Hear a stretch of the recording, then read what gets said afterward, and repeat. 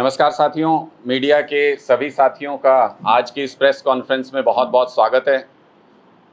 जैसा कि आप सब लोग जानते हैं कि प्रदेश की सरकार ने और किसी चीज़ में महारत हासिल की हो या ना की हो, एक चीज़ में महारत ज़रूर हासिल की है। खट्टर साहब के आसपास बैठे हुए लोग झूठ बहुत बोलते हैं और सरकार इतने धड़ल्ले से झूठ बोलती है और उसको सच बताने का प्रयास करती है कि एक बार के लिए कोई भी धोखा खा सकता है। लेकिन हम बार बार ये कहते हैं कि खट्टर सरकार के हर झूठ को बेनकाब करेंगे, पूरी तरह से झूठ के चेहरे से पर्दा हटाएंगे। आज उसी कड़ी में जो लगातार आप सब लोग जानते हैं कि प्रदेश के सारे क्लर्क लगातार हड़ताल पर हैं और प्रदेश के मुख्यमंत्री क्लर्कों से आमने सामने बैठ के उनके प्रतिनिधियों से बात तक नहीं करते हैं, इतना अहंकार उनके अंदर आ गया है। सीएम ऑफिस की तरफ से झूठ बोला जाता है। सीएम ऑफिस की तरफ से कहा गया कि किसी भी तरीके से ये जो पे ग्रेड मांग रहे हैं 35,400 का, ये दिया नहीं जा सकता। उसके लिए कहा गया कि सबसे ज़्यादा सैलरी हम ही दे रहे हैं आसपास के स्टेट से। फिर कहा गया कि इनकी एजुकेशन क्वालिफिकेशन नहीं है कि इनको ये पे ग्रेड दिया जा सके। फिर कहा गया कि डायरी डिस्पैच का काम है सिर्फ इनको कैसे इतना पे ग्रेड दिया जा सकता है। आज इन सारे के सारे झूठ को हम बेनकाब करने जा रहे हैं, विद प्रूफ करने जा रहे हैं, विद डॉक्यूमेंट्स करने जा रहे हैं, सरकार के कागज़ों के आधार पे करने जा रहे हैं। एक एक करके मैं सिलसिला शुरू करता हूं। सबसे पहले पहला और सबसे बड़ा झूठ जो सरकार की तरफ से बोला गया कि क्लर्कों का काम डायरी डिस्पैच का है, इसलिए इनका पे स्केल ये नहीं हो सकता। तो मैं सबसे पहले सरकार से एक डॉक्यूमेंट के आधार पे, ये एलनाबाद की एफआईआर है जिसके आधार पे मैं ये सवाल करना चाहता हूं। इसमें 3 लोगों को आरोपी बनाया गया। श्री जितेंद्र लिपिक, चालक लाइसेंस, श्री कुलदीप मोटसरा लिपिक, वाहन पंजीकरण, श्री विक्रमदीप लिपिक, चालक लाइसेंस। ये सारे उसी लिपिक वर्ग से आते हैं या उसी स्टाफ से आते हैं, लिपिक स्टाफ से, जिनको ये कहा जा रहा है कि इनका डायरी और डिस्पैच का काम है। मैं इस एफआईआर को पढ़ रहा था और ये समझने की कोशिश कर रहा था कि इसमें इनके ऊपर आरोप दरअसल क्या है। इनके ऊपर आरोप है, जितेंद्र जो लिपिक है उनके ऊपर आरोप है कि 1,21,00,000 रुपए का इन्होंने गड़बड़ की है सरकारी खजाने में। और कुलदीप सिंह मोटसरा पर आरोप है कि 1,07,00,000 रुपए की उन्होंने गड़बड़ की है। और विक्रमदीप लिपिक पर आरोप है कि 3,50,000 रुपए की उन्होंने गड़बड़ की है। टोटल मिलाकर 2,32,21,889 रुपए के गबन का आरोप है। ये तो डायरी डिस्पैच का काम करते थे, तो ये 2 करोड़ रुपए से ज्यादा पैसा इनके पास कहां से आया? सरकारी पैसा इनके हाथ में कैसे था जिसका इनके ऊपर गबन का आरोप लगाया जा रहा है? उसके बाद जब मैंने इसकी डिटेल पढ़ी, एफआईआर में लिखा जाता है कि अपराध कैसे हुआ, क्या हुआ, तो मैं स्तब्ध रह गया ये पढ़ करके। आपको भी सुनना चाहिए। इसमें लिखा है कि इस कार्यालय में वाहन पंजीकरण एवं चालक लाइसेंस आदि से प्राप्त राशि को संबंधित सीट पर कार्यरत कर्मचारियों द्वारा संबंधित हेड में जमा व ट्रेजरी से वेरीफाई नहीं करवाया जा रहा है। आगे लिखते हैं, जबकि इससे संबंधित सेवाओं को प्रदान करने व उनसे प्राप्त आय को संबंधित सरकारी हेड में प्रतिदिन जमा करवाने की इनकी ड्यूटी थी और स्वयं बैंक में चालान सहित सरकारी पैसा संबंधित हेड में जमा करवाने के उपरांत ट्रेजरी से ऑनलाइन वेरीफाई करके वेरीफाइड चालान को अपने हस्ताक्षर से सत्यापित करके डेली कलेक्शन रजिस्टर में चिपकाना था। वह अपने रजिस्टर, रिकॉर्ड, कैशबुक को भी ट्रेजरी से रिकंसाइल करवाना था। ये सारे काम अगर ये कर रहे थे, इसमें अकाउंटेंट का काम भी आ गया, इसमें कलेक्शन कर रहे हैं पैसे का, उसका काम भी आ गया, डायरी डिस्पैच तो है ही है इनके सिर पे। सरकार को ये स्पष्ट करना चाहिए, या तो ये एफआईआर झूठी है या फिर सरकार, सीएमओ ऑफिस सरासर झूठ बोल रहा है। दूसरा झूठ, इन्होंने कहा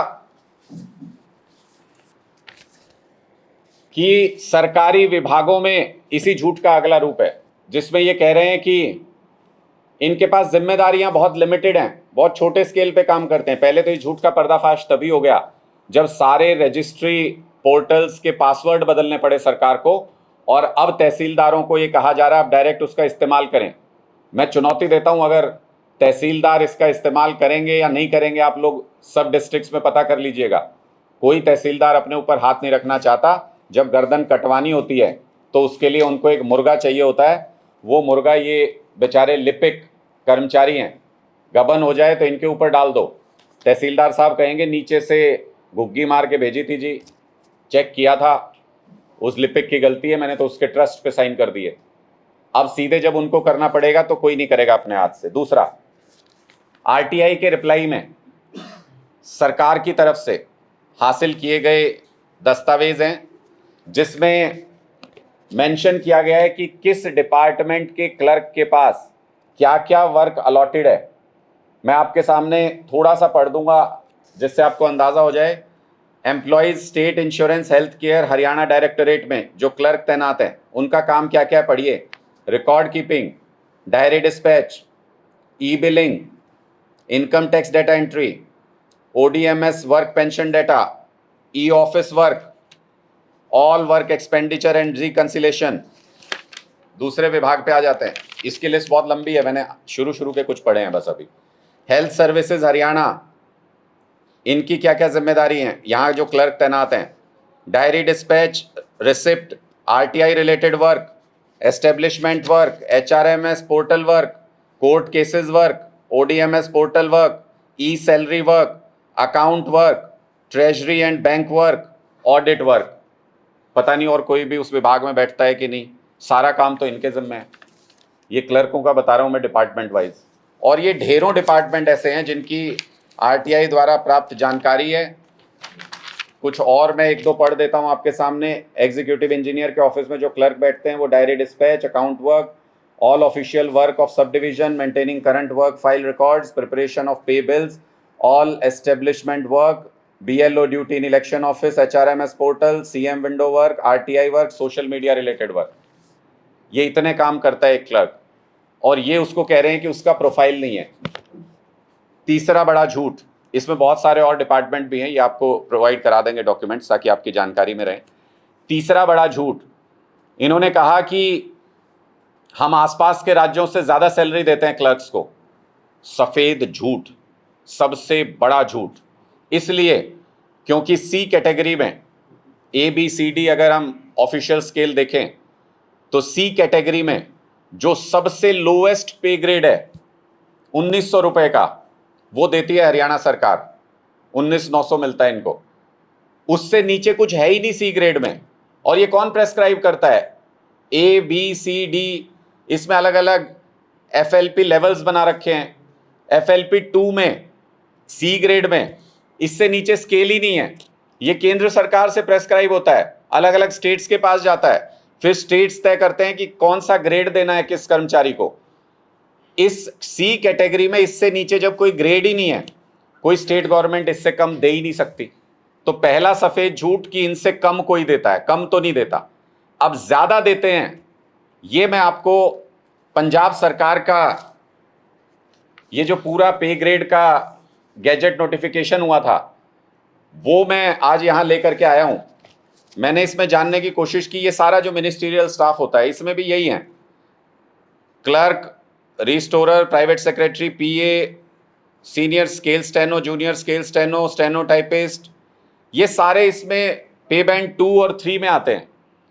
इनकी जो ग्रेड है, जैसे हरियाणा में 1900 रुपए का पे ग्रेड दिया जा रहा है क्लर्क को, यहां पे 3200 रुपए से नीचे कोई पे ग्रेड ही नहीं है स्केल 2 में और 3 में। तो 3200, 3600 और 4400, ये 3 कैटेगरीज है जिनमें पे ग्रेड दिया जाता है। यानी यहां भी हरियाणा सरकार ने सफेद झूठ बोला कि आसपास के स्टेट्स में कम सैलरी मिलती है। जो 19,800, 19,900 का जो इनको पे ग्रेड दिया जाता है क्लर्कों को, उसके कंपैरिजन में दिल्ली में भी और पंजाब में भी, ये खुद क्लर्कों के जो रिप्रेजेंटेटिव्स हैं उन्होंने भी अपना रिप्रेजेंटेशन बना के हरियाणा सरकार को लिखित में दिया है इतने झूठे लोग हैं कि लिखित में देने के बावजूद ऐसी झूठी बातें बोल रहे हैं। 25,500 का जो पे ग्रेड है वो दिल्ली में भी और पंजाब में भी उसके इक्विवेलेंट मिलता है लगभग, और उसके ऊपर जो अलाउंसेस हैं उनको मिलाकर के 32,000 रुपए से ज़्यादा पंजाब के अंदर फिलहाल मिल रहा है। और उसमें भी जो प्रोबेशन पीरियड शुरू का होता है, पंजाब के अंदर प्रोबेशन पीरियड 3 साल का है, उसके बाद हर 3 साल के ऊपर प्रमोशंस भी होते हैं, सैलरी भी बढ़ती है, सालाना जो इंक्रीमेंट लगता है वो भी लगता है। हरियाणा के अंदर लेकिन दुर्भाग्य देखिए कि अगर हरियाणा का क्लर्क, जो ये कहते हैं कि जी इनकी तो 10th 12th पास की रिक्वायरमेंट है, इसको कैसे दे दें इतना पैसा, अगर वो टाइप टेस्ट पास ना करें, अगर वो कंप्यूटर टेस्ट पास ना करें, तो चाहे वो 10 साल जॉब कर लें या 15 साल जॉब कर लें, 1 पैसा तनख्वाह नहीं बढ़ती उनकी, उतना ही पैसा रहता है जितना शुरुआत करते हैं जितने से। जबकि दूसरे सारे स्टेट्स में प्रोबेशन पीरियड के बाद रेगुलर इंक्रीमेंट लगता है, और अगर कोई एडिशनल क्वालिफिकेशन करता है तो उसका एडिशनल फायदा मिलता है उसको। जितने आज के दिन में क्लर्क लगे हुए हैं, ये सारे यंगस्टर्स हैं जो पिछले 2 बैच में लगभग 10,000 लोगों को हायर किया गया सरकार की तरफ से। ये ज़्यादातर लोग ऑलरेडी ग्रेजुएट हैं, और आपकी जो क्वालिफिकेशन है ज़्यादातर जगहों पे वो भी यही है कि या तो 12th में फर्स्ट डिवीजन या फिर ग्रेजुएशन आपने कर रखी है। तो इसलिए ये कहना भी सरासर झूठ है कि इनके एजुकेशनल क्वालिफिकेशन के आधार पे इनको ये ग्रेड नहीं दिए जा सकते। हमारे पास ऐसा भी, मैं एक और उदाहरण आपके सामने सिर्फ रखूंगा जिसके बाद हम, अभी जो हरियाणा स्टाफ सिलेक्शन कमीशन ने 15/2019 में कैटेगरी नंबर 3 में लेबोरेटरी अटेंडेंट की पोस्ट निकाली थी, इसके लिए क्वालिफिकेशन मैट्रिक था, और इनको पे स्केल 25,500 का दिया गया जो दूसरे स्टेट्स में दिया जा रहा है। तो अगर क्लर्क्स को नहीं दिया जा सकता तो बाकी लोगों को कैसे दिया जा रहा है? और अगर बाकी लोगों को दिया जा सकता है तो कहीं ज़्यादा काम करने वाले, कहीं ज़्यादा बर्डन झेलने वाले क्लर्क्स को क्यों नहीं दिया जा सकता? इसलिए ये बहुत स्पष्ट है कि सरकार इस पूरे मुद्दे को भटकाने के लिए कुछ न कुछ झूठ के आधार पे लोगों के मन में यह शंका पैदा करना चाहती है कि शायद क्लर्क एक ऐसी लड़ाई लड़ रहे हैं जिसका कोई नैतिक आधार नहीं है। लेकिन सच्चाई ये है कि ये सारे क्लर्क जिस चीज़ के लिए संघर्ष कर रहे हैं वो बहुत ही तर्कपूर्ण और बहुत ही वाजिब चीज़ है जो ये पे ग्रेड मांग रहे हैं। आपने देखा पंजाब के अंदर, हमने अभी जो कच्चे टीचर थे उनको जब पक्का किया तो 3 गुना उनकी सैलरी हो गई। आज से पहले की सरकारें भी उनसे इसी पैसे में यही सब काम ले रही थी। लेकिन जो जितना काम करता है उसको उसके हिसाब से उसका मेहनताना देना ये सरकारों का कर्तव्य है। क्लर्कों की मांग पूरी तरह से तर्कपूर्ण और जायज़ है। जो सरकार इनको धमकाने का प्रयास कर रही है, नो वर्क नो पे, और अब कह रहे हैं कि स्ट्रिक्ट एक्शन लेंगे इनके खिलाफ, कानूनी कार्रवाई करेंगे, तो हम भी सरकार को ये बताना चाहते हैं, हम पूरी ताकत के साथ और हरियाणा के लोग भी पूरी ताकत के साथ अपने इन बेटे बेटियों के साथ खड़े हैं जो क्लर्क का काम करते हैं दफ्तरों में। और अगर सरकार ने कोई भी हार्श स्टेप उठाने की कोशिश की तो उसका मुकाबला सड़क पे करेंगे, उसका जवाब सड़क के ऊपर देंगे। आपके कोई सवाल है तो आप पूछ सकते हैं।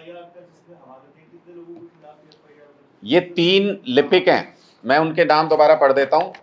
तीनों लिपिक हैं। जितेंद्र लिपिक चालक लाइसेंस, दिनांक 11/5/2022 से 8/12/2022 तक। कुलदीप सिंह मोटसरा लिपिक वाहन पंजीकरण, दिनांक 11/5/2022 से 8/12/2022 तक। विक्रमदीप लिपिक चालक लाइसेंस, दिनांक 10/8/2022 से 24/4/2023 तक, और अब तक उसके बाद भी वहीं काम कर रहे थे डिपार्टमेंट में।